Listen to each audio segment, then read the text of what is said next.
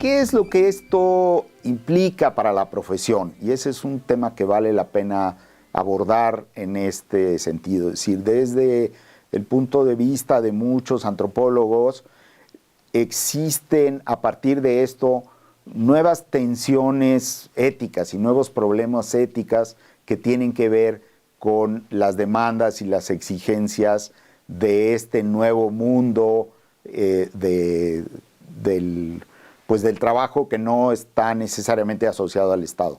Cuando el antropólogo trabajaba fundamentalmente para agencias gubernamentales, pues de alguna manera se había establecido una ética pública en la que los antropólogos sabían con cierta claridad qué es lo que era conveniente o no conveniente, cómo se podían relacionar con las distintas poblaciones y cómo esto podía llevarse de una u otra forma. Y había antropólogos que opinaban de un modo y otros de otra, y hay polémicas muy importantes entre los antropólogos asociados al Estado y los que eran más críticos de esta posibilidad del Estado, pero la ética profesional de los antropólogos estaba bastante clara en este sentido. Hoy, sin embargo, hay una serie de demandas y exigencias del trabajo profesional que producen nuevos dilemas y nuevas tensiones éticas que es importante tener en consideración. Hay distintos ámbitos de responsabilidad que tienen sus propias exigencias. Para poner un ejemplo, un antropólogo que trabaja en cualquier cosa como individuo dedicado a la investigación o al trabajo profesional va a tener una serie de exigencias que derivan de este trabajo profesional. Pero al mismo tiempo probablemente es un empleado de una institución o de una empresa o de una organización social, y como empleado de estos pues va a recibir recursos que tienen propósitos definidos, y esto en relación con su trabajo como antropólogo pues introduce nuevas tensiones y nuevos dilemas que tiene que enfrentar.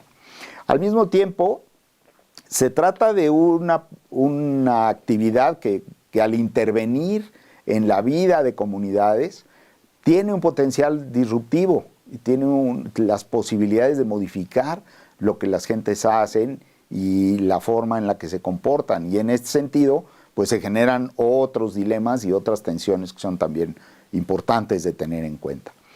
Luego, como miembro de una comunidad profesional, de la comunidad profesional de los antropólogos, pues los antropólogos también tienen exigencias éticas y de comportamiento que debe seguir y que a veces pueden no estar plenamente de acuerdo con lo que le exigen sus patrones o con lo que le piden sus empleadores o sus financiadores. En este sentido hay un número importante de tensiones éticas que atender. Y luego, como miembro de una comunidad mayor que sostiene su actividad, es decir, todos somos miembros de la sociedad mexicana y los recursos que recibimos, vengan de donde vengan, tienen orígenes que es importante atender porque a ellos debemos también devolver el conocimiento que generamos y devolver los resultados que hacemos. Esto debe verse también en términos de que no nos movemos en el vacío, es decir, en cualquier espacio de actividad que tengamos, hay estructuras de poder y dominación que son particulares y de las que debemos estar compenetrados para entender hacia dónde nos movemos y por qué debemos o no hacer algunas cosas. Pero también hay orientaciones y visiones del mundo que son particulares, no todos creemos lo mismo, no todos vemos el mundo del mismo modo, y eso hace que se introduzcan nuevas particularidades en las que es necesario tener claridad, ¿no? Estas tensiones éticas son fundamentalmente asuntos que cada uno de nosotros como individuo tiene que resolver en relación con lo que es su actividad, con a quién debe rendirle cuentas y ante quién es responsable para resolver estos dilemas.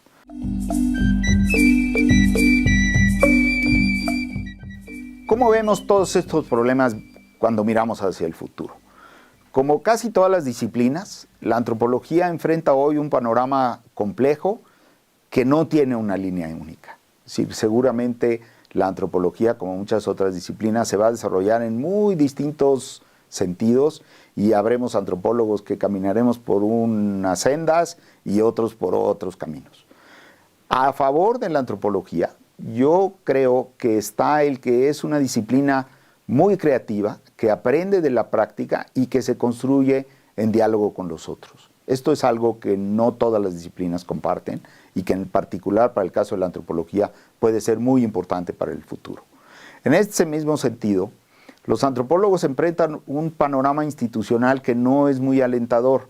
Quizás que esto sucede también para otras disciplinas, pero en México se ha sentido mucho porque dado que la disciplina durante muchos años creció asociada al Estado y a las instituciones públicas, pues hoy el poco crecimiento de las instituciones públicas y la poca atención que las instituciones privadas están poniendo en estos temas, pues hace que se vea como un asunto problemático. En el pasado, la mayor parte de los antropólogos trabajaron para el Estado y para instituciones educativas.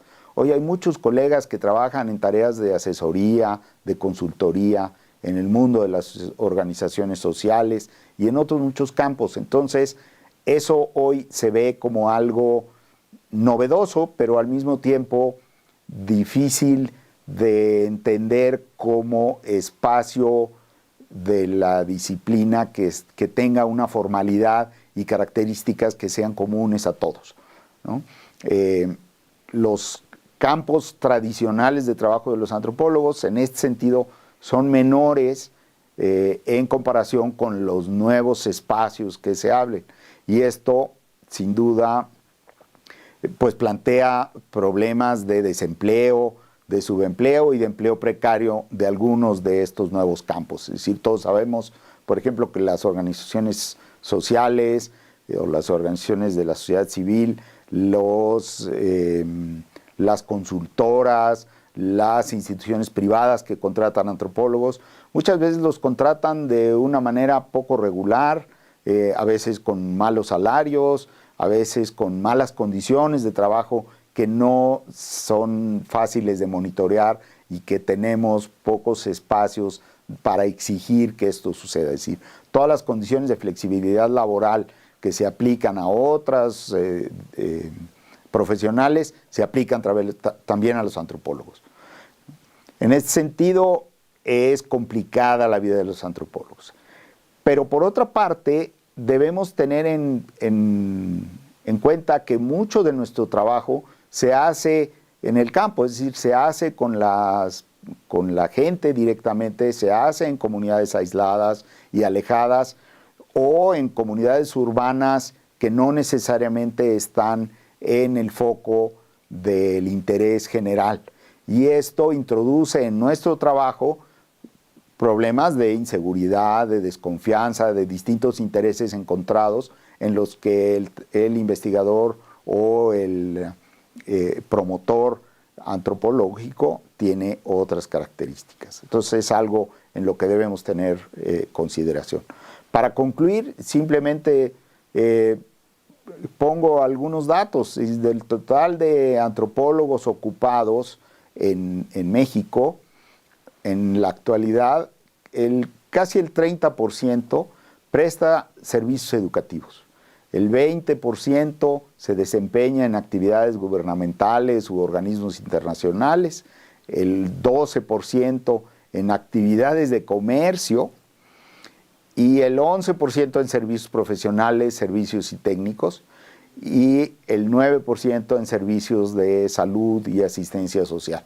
Como pueden ver, son actividades muy diversas, algunas seguramente muy estrechamente asociadas al trabajo antropológico y otras que probablemente son espacios en los que los antropólogos se han colocado por distintas razones, tanto sociales como personales y familiares.